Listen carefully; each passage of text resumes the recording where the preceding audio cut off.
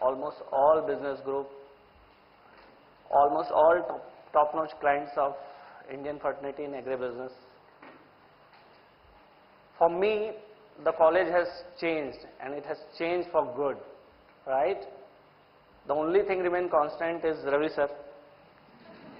I became older, I don't know how he managing himself, he remains the same young guy. Thanks a lot. Thanks a lot for at least giving me the opportunity to interact with you. The presentation which I am going to show you probably will change. These all are Google based data, so nothing new which I am telling you. But the way I will present you, you will find and you will appreciate whatever happens to country. GDP grow नहीं हो रहा है, 5% है, banking में stress है, there is no job opportunity, we may feel the recession, we may do this, we may do that. But nothing is going to happen in this part of the world where we belong.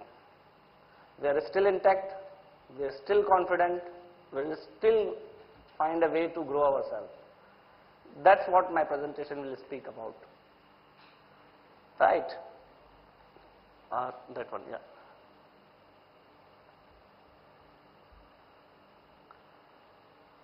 Our economy, people have, all honorable speakers has spoken about our economy and things. But if you go through this presentation, which is basically data collected from Google and some of the reports which I will to gather it, you'll find a lot of difference. Can you take? We'll see these things throughout our presentation. I will just take 10-15 minutes to go through these slides, then I will open for the question. Changed rural scenario, rural doesn't mean agriculture, consumption pattern, rural banking, milestone of banking, hurdles, and of course priority sector. For you to understand why priority sector, it will be first 6, then will come the 7th. Right? Let's take the first one. If you see the growth of GDP or this rural, earlier rural means only agriculture, dairy and small cottage industry. Now if you see that this is the scenario of 2000. Now if you see the scenario of 2012, there is laser. Laser is there? Laser pen. Yeah. If you see the scenario in 2010, industry has moved to rural areas. Right? If you see this data which I have put in a table, rural sector, urban sector, FMCG, the penetration of FMCG, 30% of their overall sale is coming from rural area. Urban is 70%. Consumer 35%, 65%. Mobile 30%, 70%. GDP contribution 30%, 70%. But for banking, saving account only 9%. Credit amounts only 7%. This is only for scheduled commercial bank. You can see the difference. And this difference is potential for us. This seems to be challenge, but at the same time, it is a potential market where we can be. So the change in scenario, right? So it's not that a banking or a banking industry can't rely on rural area to grow themselves. There's a lot of scope is there. Right? Next slide. Rural earlier used to mean only agriculture. With earlier side it has been improved. Rural doesn't equal to agriculture. It is lot more than that. If you see this graph, if you see the left side, urban GDP mix, if you see agriculture is a small portion, industry and others are bigger portion. There is no agriculture in urban. So smaller slide is industry, bigger sizes of the service. But if you see the rural mix of GDP is agriculture, industry and service.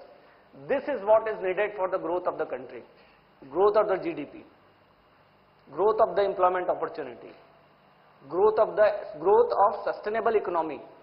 That dynamics is needed, where you'll find agriculture, industry and service almost hand on hand they are going. So if you see the rural economy which we are talking about, it's not only about the agriculture, it's talking about services, it's talking about industry and agriculture. So earlier our perception which used to be that rural means agriculture is no more valid in this part of the country. Alright, next. If you see the consumption pattern, this is even I feel while making this slide, boss, हमारा देश इतना आगे निकल गया है. If you see The urban consumption pattern is in 1994 is almost same the rural consumption pattern in 2010. Why 1994 is relevant to us? During those period liberalization started. So if you want to relate what is happening in agriculture or rural economy or rural area of the India, that again is starting here. So consumption pattern in urban area, what was in 1994 is same in 2010 in rural area. So we are just about to start. We haven't started yet. We are just about to start. And you will see lot of things happening. If you see my second point, 2x urban population the population is very high in rural area. It's just more than what we have seen in 1994 consumption pattern which is started in urban area. Because here the population is just double than the urban area. Right? Next. If you see the potential of banking, I have just taken two things which normally banks are known for. One is credit, which we call as loan, and second is deposit. You see the consumption of working, I just taken 6,000 as per household, and I have taken 148 million household in rural areas. The potential is of, total market size is of near about 1300 billion rupees. Right? How much we are able to give it? Just 9% of that. So still 1200 billion rupees is the market which is there for us. When I say which is there for us, means it is banking who needs to cater the thing in more sustainable way rather than an MFI or NBFC.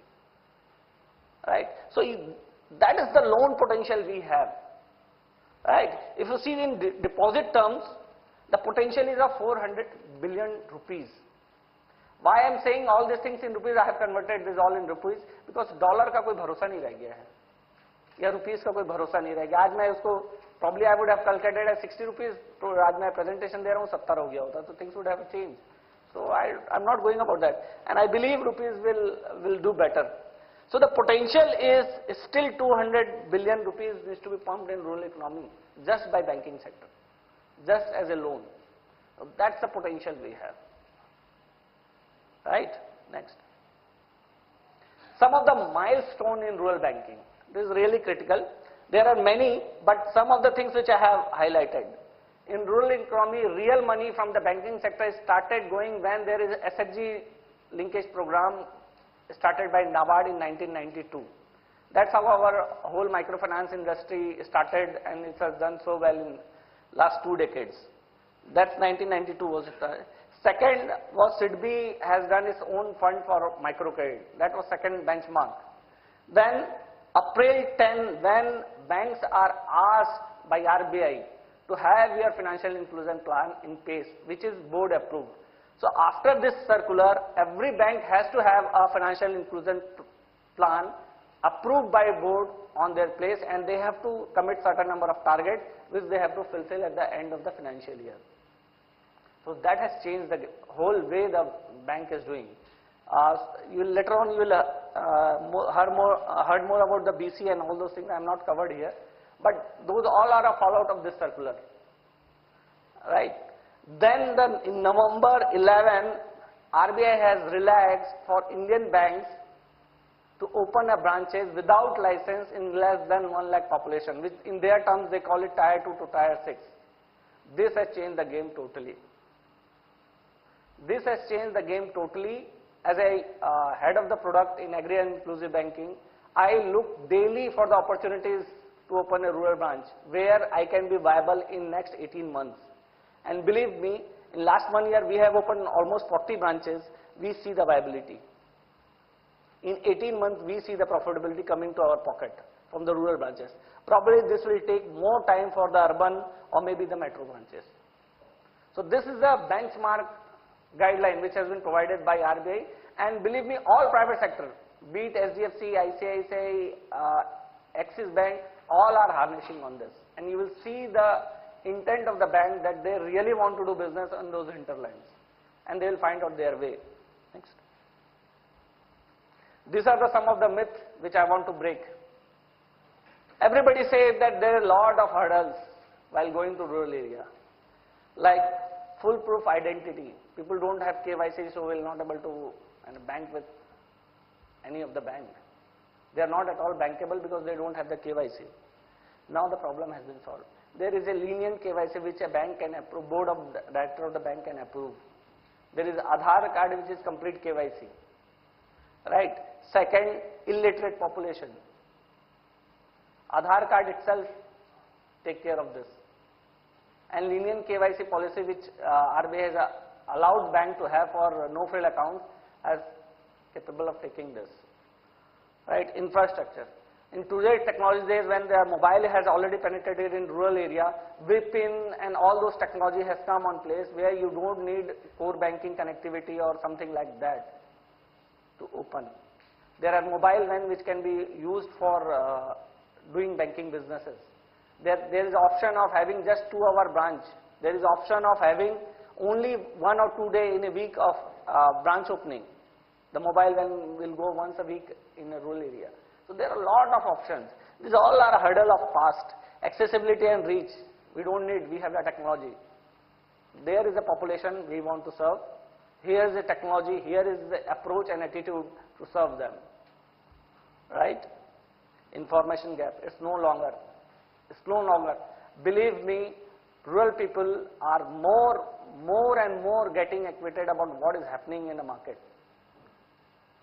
What to do best, what commodity to raise, which paddy crop will get more price in the market.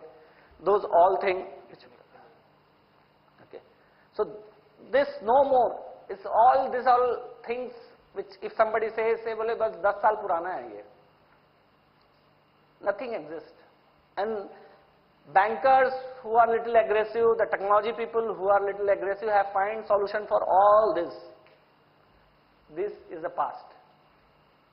This is the past for now, the banking which we are talking about. Right, next.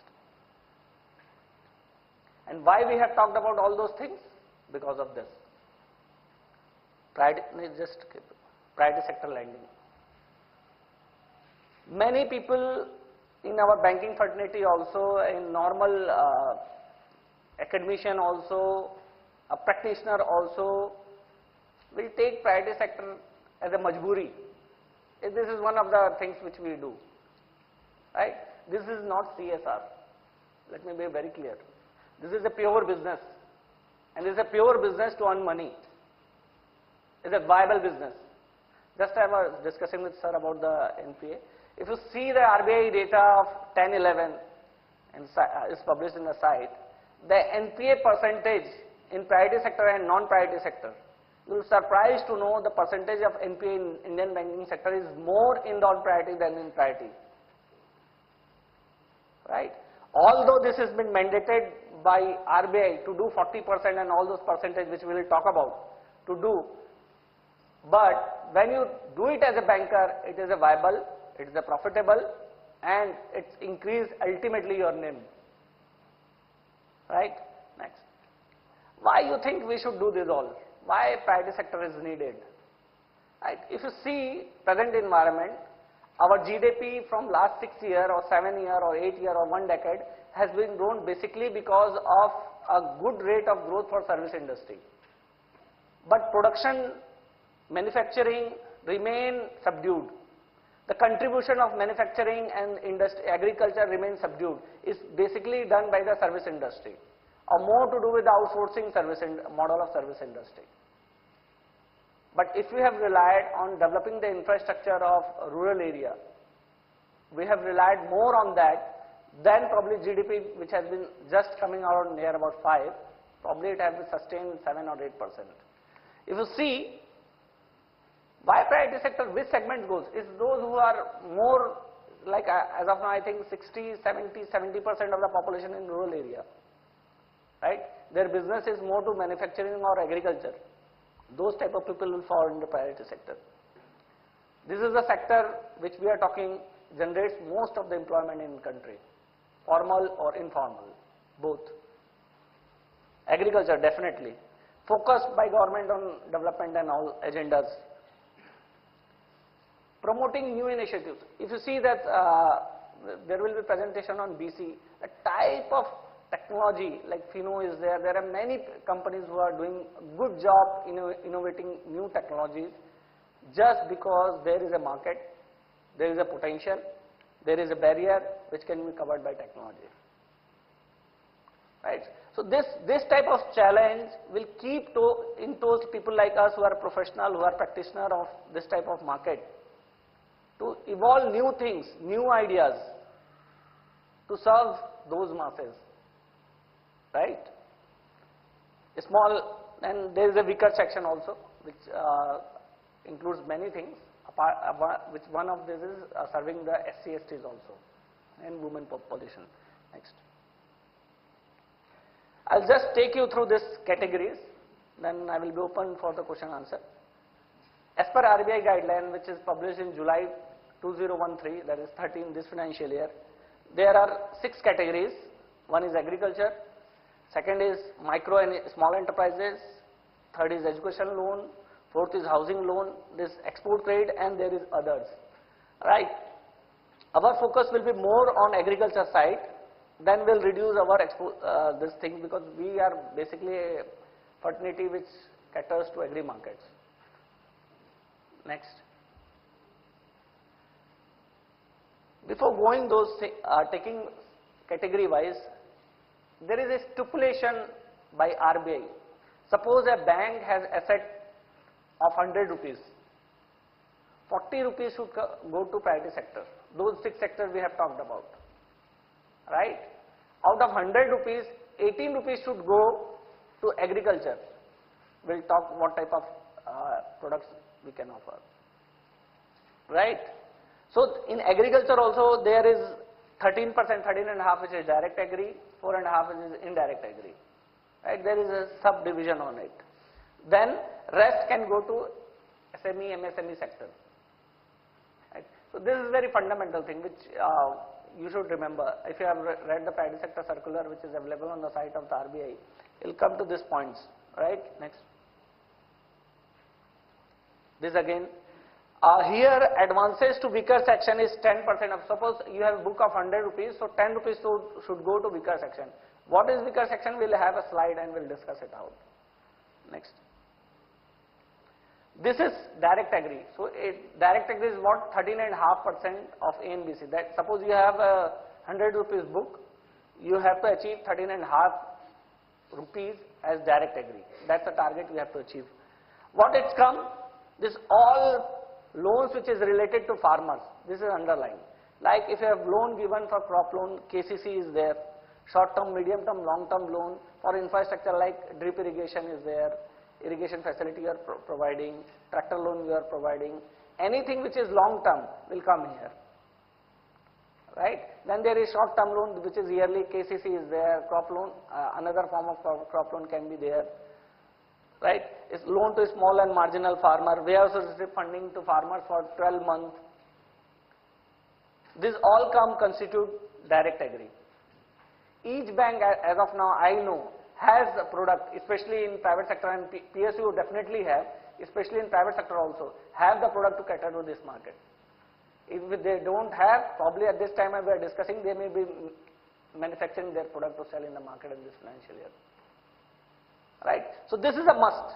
This is a must. If you are not in this segment, you are gone. Right? Next. Then there is something called indirect agri. What is direct agri? Which supports the farmer. The loan given is to farmer. But what is indirect activity? Which supports the farmer around, like dealer of tractor, dealer of fertilizer, right? Pesticide, who has a support function, they will classify as indirect agri. Apart from like there is a farmhouses which is run by proprietorship or partnership or maybe private limited company that has capped to 2 crore, those also will fall under indirect agri. Like then said, many of the people who are graduating from agriculture college, this is a new big name which I have seen. I have just met 3-4 guys who are doing this agri business center where they provide consultancy sort of service to the farmer in their catchment. If loan given to them will be classified as indirect agri. Right? This is a new beginning which I have seen in certain parts of the country. Then loan up to 5 crore to producer company. Probably you might have knowing what is producer company. Just do a Google, you will know. It's just in between private company and cooperative. It's a hybrid of both, right? Customer service unit. Then MFI, microfinance on lending is classified here. If it is loan is given for agriculture purpose. Next. Then MSME. MSME basically has come out of act which is passed by Parliament in 2006, and the main features are manufacturing and service. In manufacturing there are two subcategories: micro enterprises, small enterprises. There is some limit of investment in plant machinery. Just for sake of thing I have written, but we come to know. All food industry who has got plant machinery of up to 5 crore, it may be dairy industry, it may be poultry industry where processing is happening, those come in MSME, right? Earlier it used to come as indirect agri, now it's coming as MSME. Next. Then this is service enterprises. It has been defined in the MSME Act 2006. You can go through this. Otherwise, I will share this presentation. You can look to this. This is more to do with the investment in equipment. Earlier, it was investment in plant machinery. Next. Then education loan. This has really, our director sir has raised a point that people are not getting education loan. Government is probably thinking the same direction. So if you are giving anybody education loan, it falls under private sector. It helps you. It helps the bank. So up to 10 lakh in India, up to 20 lakh abroad. If you have landed in this two category, it will fall under PSL. Housing loan in metros, it is 25 lakh, and in non-metro, it is 15 lakh. For repair also, if you are lending 2 lakh is for rural and semi-urban. For urban, it is 5 lakh. So these all are taken considered where really nobody gives money in those directions. So you can say certain set of thinker who thinks that if you will direct the money in that direction, it will help overall the economy. Right, next. This is weaker section, which earlier. So any farmer who is holding land less than 5 acres is considered as weaker section. Right? Farmer holding 3 acre, 4 acre land in Punjab has different profile. Farmer having land holding 3 or 4 acre of land in Jaisalmer has different profile. Right? But irrespective of that, probably to standardize overall India, they have kept this limit. Right? Then artisans up to artisan village and cottage industry up to 50,000. Then this different schemes which has been sponsored by government, if you fund them, they form under PSL. Scheduled caste, scheduled tribe, if you fall under any of the categories mentioned above, if you have given the loan to them, it will fall under PSL. SHG definitely. There's next. Rest are just. Why these banks do this all? What purpose itself serves them? If you go through, if you watch the TV during budget, there is allocation of the fund by Ministry of Finance called RIDF fund, Rural Infrastructure Development Fund. This year, in a for this financial year is 18,000 crore. So this RIDF comes from those banks who are not able to achieve their targets. They have to pay the penalty. It's not only about penalty, there are many of the benefits which RBI pass on to the bank will be stopped if they are not achieving this target or the sub-targets. Right? So overall PSL, yes, there is a penalty. If you are not able to achieve overall PSL, there will be a penalty on you. Right? Total agri, yes, there is a penalty. A direct agri, yes, there is a penalty. Weaker section, if you will not able to achieve, yes, there is a penalty. For rest too, it is not for Indian banking, but for foreign there is. Right, this is probably the, next. Next. This, see, our economy has seen a lot of changes.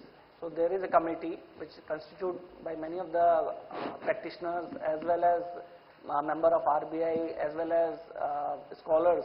They constitute the committee. RBI used to constitute a committee. This change has happened after 3 years. So they constitute and generally they decide how to go, what to go about. Right? So it keeps on changing. Like in last 3-4 years, there is more rapid change in the circular. But earlier to that, there was hardly any change in the circular. I think this circular will remain, I think it's a pretty well transparent circular, so it will remain, I think, for at least for next 2 years or so. If there is change in economy, you'll find the circular keep changing. So there's a committee which decide, and basically RBI used to monitor this all. Yeah. Good morning, sir. I am Abhijit. So as you spoke about implementing the banks to the rural areas. So implementing the banks to the rural areas will require high amount of investment and training to impart for the peoples. So will it be economically profitable for the banks? Yeah, it is. A loan to a tractor farmer, any banks gives at 18%. Right? A loan to a tractor is basically driven by farmers. A loan to a car in urban area is given at 10.5%, 11%. So there is a huge gap of 6 and 7%, which impacts the NIM of the bank. So if you see the total overall the scheme of things, there is a lot to be done. And about the cost is going to be a myth about the cost, because technology has replaced every cost. The more innovative the technology is, the more you will find the inclusive happening in the market. So anything which is happening, the lending, maybe in gold loan, if you see, in rural areas, if you lend, they charge 14%, 15%. But in urban area, it will be 10 or 11%. So for bank, because the environment is such, for bank it is beneficial, right? So I'm Jagdish Ghotekar from second year. So my question is, as you mentioned in your presentation, that the untapped market is around 225 billion rupees. But still the problem is that means the bank doesn't, what we can say is that even being such a huge market potential, then also the target is not reached and banks have to opt for pool buyouts. So what is the main reason for this, that the target is not reached? Yeah. If you see the consumption pattern which I just want to share, this is a flashpoint for rural banking to start, right? Earlier there was a hurdle which I have mentioned. There was a hurdle. Still some of them may lag further 1 or 2 years. But down the line, if you see, it's not those money is not there in the market. Either banks are not providing, money lender will provide. Money lender is not providing, maybe MFI or some type of formal informal institution providing. Right? But that money is there. What bank objective should be to replace those all? That will be probably a financial inclusion thing of the bank. So it will, sooner or later you will find, this is a very interesting era which we are living. There will be inflation in a point where if you see by flash, just a matter of time, we will be able to cater the things. And there are technology which can be delivered. There can be more challenges to it, but ultimately, if you see, earlier the branches of any branch only limits to the, like Pune may be limited to Pune only. But now you can go and see there are even a population of 50,000 or 60,000 villages who has the population or area which has the population have the branches. They have the both PSU bank as well as private sector bank. So it's just a matter of time you will see. That's what I try to explain you. The consumption pattern is such that there is a big market. What consumption pattern was in 1994 in urban area, the same consumption pattern we have able to relate in 2010 in rural area. That will change the game. If anybody wants to be in that pie, has to be there to serve the market. Yeah. Yeah. This year has made remarkable changes in priority sector lending, as classification of MSEs as well as 50 lakhs up to against warehouse receipt. So what kind of benefits a bank will get to reach its priority sector target after these changes? This year's PSL circular is as good or bad as it was last year. So what I will draw the comparison of how the other banks have done it. There are many documented data which can be shared, and then many which has been shared at personal capacity which can be shared. With this circular, many of the bank, even the big PSUs, have failed to achieve the target of 40%. There is news item about leading private sector bank who has just achieved 35%. Right? Probably many of the PSUs will not able to achieve this. But that's not the way it should be looked at. It should be looked at with their own capacity, they have not able to achieve it. They consider themselves to be top 10, top 50, whatever the counting can be. They have not able to achieve it. So the type of energy, the type of potential is needed to reach to 40%. I am not talking about whole India. To reach their own 40%. That's great opportunity. That's great opportunity. So this, yes, this circular is intact, is very transparent, and is challenging to achieve the targets with this type of guidelines. But if you compare to last year, people are used to achieve the targets. But this will remain, I think this is very good circular. This will force the bank to do that. Yeah. Good morning, sir. I am Kumar Vishal from second year, and my question is how to approach NPA accounts in case of agriculture for its recovery. You want me to answer? There will be suicide again then. See, in agriculture, personally it's my belief, I have started my career from farming SHGs in Pradhan. It's my belief, I may be 100% wrong because this is my proprietorship concern. I don't find any farmer or any woman of SHG not willing to repay the loan, right? Because for them, just somebody talked about Vijay Mallya. For a farmer, the source or opportunity to get loan is very limited. But for a rich person, the opportunity can or the source can be very varied, right? So it is for farmer, it's very critical if he is not able to repay the loan. So repay may not happen because of certain reasons. Maybe seasonality is not there, maybe some over expenditure in marriage, maybe some over expenditure in medical, right? But his intention, at least I have not found, is wrong. He may have mismanaged some of the money, or the money which has to be used as productive may have gone to some consumptive purposes. But sooner or later you will find that money has come back. There is a book, loan book of some 60,000 crore of KCC loans, right? Is it like a revolving credit? Is it like a revolving credit? The book is intact, right? For any loan, especially in crop or KCC, you will find the land of the farmer is mortgaged to the bank. Maybe bank not able to liquidate those land. In farmer will try its best to do 2-3 seasons and repay the loan, right? So for me personally, I have seen while doing SHG loans also, people may take 6 months or 1 year more, but they will repay your money back because anyway they are not going to run away from the village. They will be there. They will be keep talking. See, best part to recover money is to engage the farmer. If you engage the farmer, if you try to build their capacity, if you try to identify the area where they are weak, you'll find that your money is coming back. There are a lot of stress happening in those days for SHG loan. But you see, the SHG, apart from this AP crisis, nowhere people have lost money. There might be few instances where you media limited suicide. Maybe I'm not privy to any of such things, but maybe there can be any other reason also, not necessarily due to default. Right? I hope I have answered your question. Yeah. Good morning, sir. I'm Mangesh from second year. Sir, now if you see the scenario of private sector banks, so most of the private sector banks are consolidated in cities or in big towns.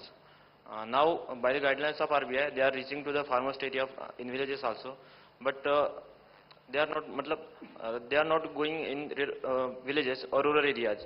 So, what are the various products to complete their private sector lendings, by which they complete their private sector lendings up to 40%? If you compare any of the private sector bank today and 5 years or 6 years back, I was part of SGFC team, definitely I can talk about SGFC. Beat ICICI, beat SGFC, beat Axis Bank. The bouquet of product which they have, or DCB for that matter, DCB being very small bank, the type of product bouquet we have now and what we have 7 years back or 8 years back is totally different. Product DCB, which is very small, has tractor loan, has crop loan, has high-tech loan, dairy loan, warehouse construction loan, commodity loan. We have 13 or 14 products to offer to the rural area or to the agriculture. Then there is MSME loan. MSME caters to like 10 lakh, 15 lakh type loan. Same nature of product you will find with PSU banks also. Same nature of product you will find with bigger private sector bank also. So there is lot of innovation happening in the market to deliver this type of products. The TAT has improved a lot. The delivery mechanism has improved a lot. The pricing may differ between private sector and PSU banks. PSU bank may be little more because they are deposit based and all. But the delivery is equally good or bad. If you are very good today, maybe when you say tomorrow that we are not doing great. Right? So the bouquet of products I am talking about has varied in almost all banks. Almost all banks. They have included, and many are doing new things to, like BC which has come, actually is long, but last 2-3 years if you see the emphasis given to BC, loan through BCs, right? So there are a lot of innovation happening in the market to cater those segment of the people. Yeah. Good morning, sir. Sir, I am Vishwas Bhanuse, and my question is, what type of approach can help to local women or rural women to start their own business or to empower them?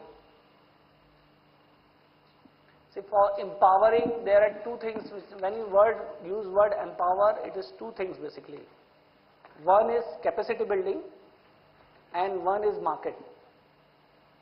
Right? When you club this, then word empower, word is justified. Suppose a woman is doing vegetable. Earlier she might be doing paddy or something else which has low value produce. But now if she is doing vegetable, where you has empowered them to do this thing. They might be doing SHG lending for maybe for water harvesting structure, drip irrigation, deep bore, just to fund those. So there has to be, like SBI has a farmer club where they give training. They do lot of exercises. We keep on doing farmers training. We keep on doing farmers training not for the banking itself, but to impart them new agriculture knowledge to them. Like we have a very good product in high-tech agriculture where greenhouse, we used to fund greenhouse. Right? Greenhouse farmer, ultimately he is a farmer, but he needs little enhancement in know-how to convert themselves in a high-tech greenhouse farmer. We used to conduct cluster-based training in some of the catchment areas. I personally meet many of the farmers. We recommend many of the training institutes where this type of training happens. So there is lot of things happening. It's not only about the private sector or public sector bank. It's by government and agricultural universities they are doing it. I have attended many of the sessions where I take sessions for high-tech farming, which has been organized by maybe some agricultural university, maybe by some NGO. So we facilitate the financial part of it, how to make project reports, what type of investment is needed, why this type of investment is needed, why bank is asking for the security, why your charge is this much, why we are charging higher rate, why it will be economically benefit, when you will break even. This type of things we used to cater. Right? Yeah. Good morning, sir. I am Sanket from first year. My question is that how the issuing of finances been structured according to different categories.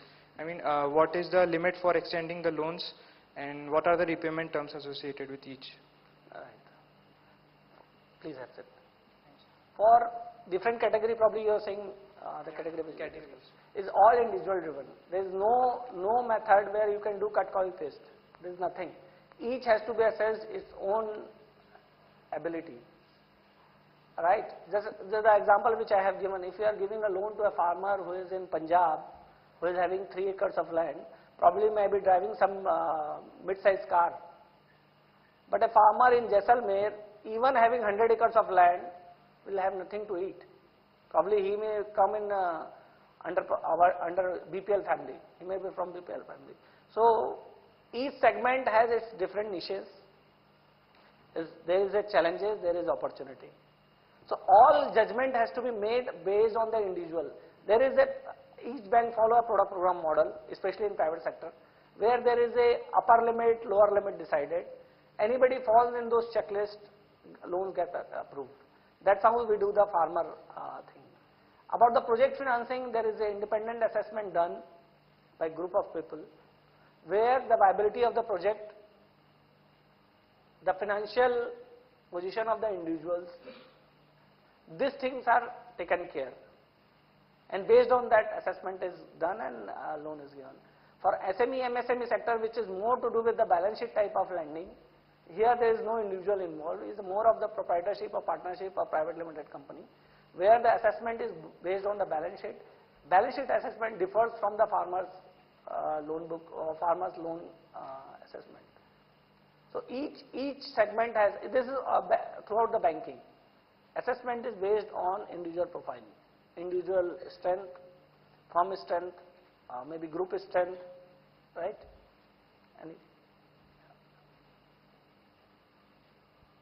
Anybody? Okay. This will be the last question. Your answer, please. Entry of new private banks in India, is it a threat or opportunity to do more business? This is a question I don't know if I am capable to answer, but all are welcome. India is country, so vast country, still you see our saving percentage. You see still 9% saving account we have in commercial bank, scheduled commercial bank. Hardly matters. There can be 10 more pair which can be absorbed in this. Alright. And to make this point more valid, suppose a growth of GDP growth of 5% is there, say about next 1 or 2 years. To sustain those 5% growth rate of GDP, you need 3x multiple of GDP to bank to grow, right? So banking should grow near about 18 to 20% to sustain those type of 5% GDP growth. This is normal economics. 70% of Indian banking is dominated by PSUs, right? Where capital is infused by Government of India. To maintain the capital adequacy requirement of PSU banks, Government of India may need 9 to 10 lakh crore to infuse, right, to make their PSUs viable. That type of money I don't think Government of India has. So there is a dire need of new banking companies, new banking systems where they can share the growth, right? So irrespective of how many, what, I am not very, honestly I don't know how much they will give or they will not give, but I don't find there is any market which is very competitive. There is a lot of potential which is still untapped. If you see the consumption pattern, if this follows for next 5 years, you will see each taluka or each district itself will generate so much revenue for the banks that at their individual capacity they will be break even, each branches.